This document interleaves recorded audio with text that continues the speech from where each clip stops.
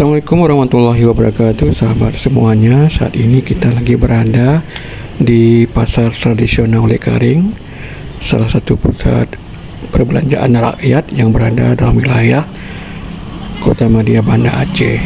Dan suasana hari ini terlihat ramai. Untuk jelasnya, yuk kita coba telusuri suasana di pasar Olekaring pada hari ini. Di pasar Olekaring inilah masyarakat melakukan transaksi jual beli segala kebutuhan rumah tangga. Pasar Olekaring ini juga menjadi tempat bagi masyarakat untuk menjual hasil bumi.